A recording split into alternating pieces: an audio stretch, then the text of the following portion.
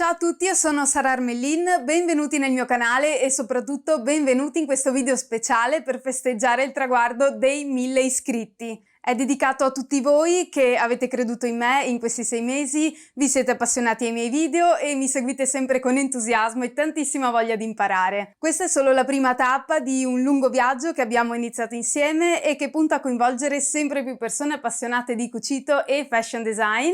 Abbiamo superato i 1000 e se uniamo le forze possiamo arrivare a 5000 senza neanche accorgercene. Per questo primo traguardo ho voluto esagerare e visto che siamo in periodo di Oscar mi sono cimentata per voi nell'impresa di ricreare l'abito haute couture di Vivienne Westwood indossato da Zendaya sul red carpet degli Oscar del 2015. Come saprete sicuramente, il mondo del cinema e dello spettacolo sta vivendo un periodo di forte difficoltà da più di un anno e con questo video vorrei esprimere loro la mia solidarietà e invitarvi anche a guardare i video candidati e vincitori degli Oscar di quest'anno e scrivete anche qui sotto nei commenti quale vi è piaciuto di più. E se avete visto la cerimonia di premiazione degli Oscar, fatemi sapere anche qual è stato il vostro abito preferito, ce n'erano di davvero belli. Questo è un video speciale e non un tutorial, quindi vi mostrerò rapidamente il processo creativo e mi soffermerò sulle principali difficoltà, sulle scelte che ho fatto e alla fine del video comunque vedrete l'abito completo e indossato. Vi anticipo che è venuto proprio bene. Mi raccomando, fatemi sapere nei commenti qui sotto se vi interessa anche vedere il tutorial passo passo di come ho realizzato quest'abito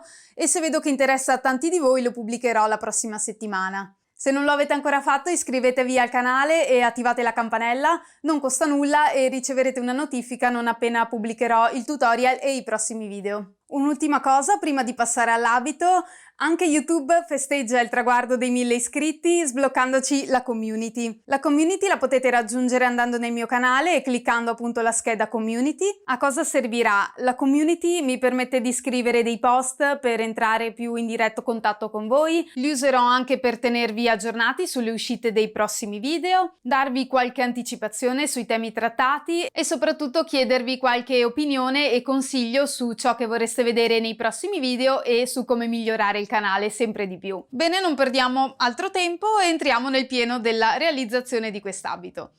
Come vi dicevo prima, ho scelto di realizzare l'abito degli Oscar di Zendaya del 2015. All'inizio ero indecisa se realizzare questo o l'abito di Emily Blunt degli Oscar del 2018. Bello anche quello, però mi sembrava un po' più semplice. Quello di Zendaya invece è un po' più complesso e più tecnico da costruire, quindi per me era un modo migliore per mettermi alla prova. Agli Oscar si vedono un sacco di abiti super complicati, però ho cercato un abito che possa potenzialmente essere portabile anche dai comuni mortali e che anche per voi possa avere senso realizzarlo, magari facendoci qualche modifica per renderlo più indossabile. Quest'abito di Zendaya infatti è un abito da sera, ma per esempio togliendo lo strascico e facendolo di un colore tipo rosa o azzurrino diventa tranquillamente un abito perfetto per cerimonie. Bene, una volta deciso per l'abito di Zendaya, ho iniziato cercando varie immagini dell'abito per studiarmelo da varie angolature per capire com'era fatto e costruito. E dalle immagini che ho trovato ho capito che l'abito è formato esternamente da un corpino e una gonna drappeggiate unite in vita e sotto, essendo che non ci sono spalline a sorreggere l'abito, nella fodera devono esserci delle stecche cucite per poter dare struttura all'abito. Da fuori non si vedono molto, però ci sono. C'è poi un pezzo dietro che forma lo strascico e infine una fascia di chiffon lasciata libera dietro che decora il sopra del corpino. Dopo aver messo tutti i nastrini di riferimento sul manichino ho iniziato a drappeggiare il corpino che sta sotto, che funge da fodera ma anche da struttura dell'abito, infatti è a questo che cuciremo le stecche. Ho deciso di realizzare l'abito sulle mie misure, quindi per questo video utilizzo il manichino sartoriale e quei pezzi bianchi che vedete sopra sono feltro bianco che ho messo per coprire i buchi delle giunture del manichino, senza sarebbe stato un po' difficile drappeggiarci sopra. Ho poi drappeggiato il corpino e la gonna esterni. Tutti questi pezzi poi li ho riportati su carta per crearmi il cartamodello Gli unici pezzi che ho fatto direttamente su carta sono lo strascico, perché era molto geometrico e semplice, e la sottogonna perché ho fatto una semplice gonna svasata partendo dal cartamodello della gonna base che ho spiegato in qualche video fa e facendoci qualche semplice modifica, quindi era molto più veloce partire da un cartamodello rispetto a farlo direttamente su manichino. È stata una sfida non fare tele di prova, di solito tendo a farle sempre. Stavolta per questioni di tempistiche, perché non avevo una stoffa adeguata in casa, ho deciso di non fare prove, ma di tagliare e cucire direttamente il capo finale con tessuto definitivo. E ho sdifettato tutto in diretta, diciamo. È stato sicuramente un rischio perché potevano esserci un sacco di difetti, ma è andata bene perché i cartamodelli tutto sommato sono risultati per lo più corretti. Diciamo che drappeggiare su un manichino delle mie misure ha decisamente aiutato. Un problema che ho dovuto affrontare è stata la grandezza del cartamodello della gonna. Infatti, come avete potuto vedere, manca un pezzo nel dietro del drappeggio della gonna.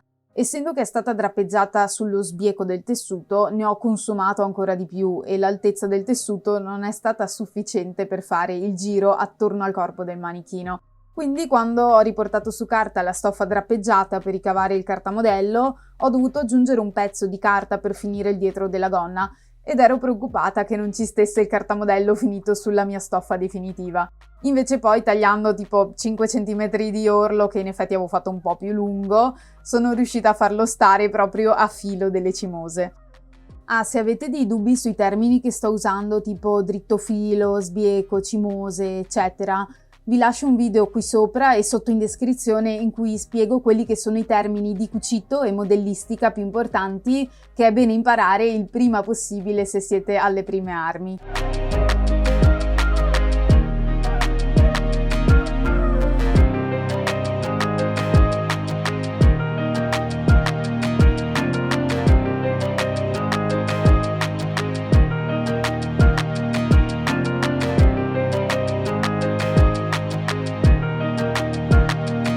Ho steso la stoffa in strato singolo e ho iniziato tagliando i pezzi più ingombranti per non rischiare di ritrovarmi senza tessuto alla fine. Quindi prima la gonna esterna e lo strascico e poi man mano tutti gli altri pezzi più piccoli. Se volete fare anche voi quest'abito, io in totale ho comprato 5 metri di raso, l'ho usato praticamente tutto nella lunghezza, ma me ne è avanzato qualche pezzo qua e là. Credo che riciclerò gli scarti per realizzare qualcosa di più piccolo, magari un top o una camicia.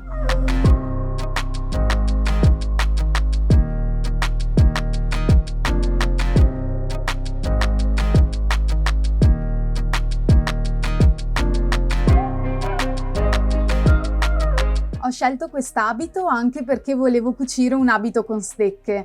Nonostante abbia fatto qualche corsetto complesso quando ero a scuola, ho sempre usato stecche rigide, mai il rigilene, che invece è cucibile, e volevo finalmente usarlo per un abito. È stato molto intuitivo e semplice usarle, non ho avuto il benché minimo problema. Temevo per esempio che potesse rompersi l'ago per via dello spessore della stecca cucendoci sopra, ma assolutamente non è successo. Per applicare la stecca l'ho tagliata della dimensione giusta senza comprendere i margini di cucitura, poi l'ho centrata sulla cucitura del corpino e ho cucito prima il lato sinistro, poi destro della stecca con una semplice cucitura dritta. Facile facile.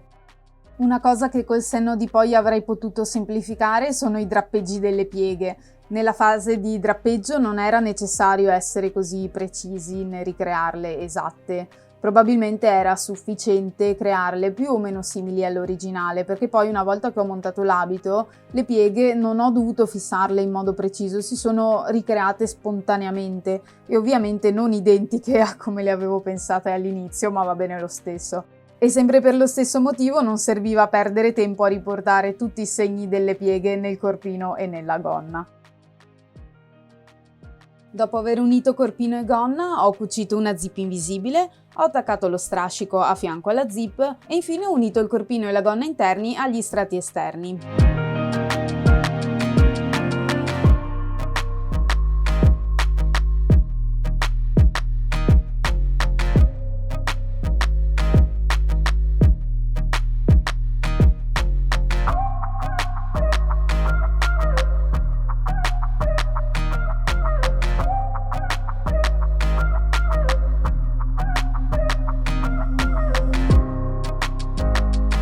Un'altra sfida che ho affrontato per la prima volta facendo quest'abito. Fare un orlo così stretto e rigirato su se stesso senza usare un piedino orlatore che non ho.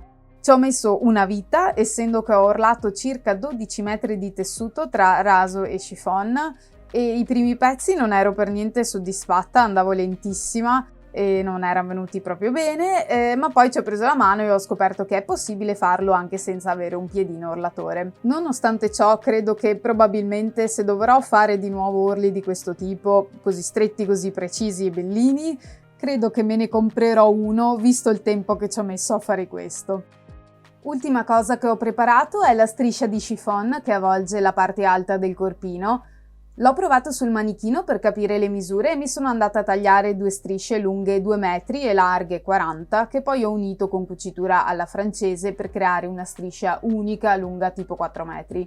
Chiaramente sarebbe stato meglio farne una unica per non vedere giunture, ma avevo comprato 2 metri di chiffon, quindi non avevo molte alternative. Se volete realizzarlo anche voi vi consiglio di prendere 4 metri. Ho infine appuntato la striscia sull'abito e per fermarla ho fatto qualche cucitura qua e là nascosta tra le pieghe dello chiffon.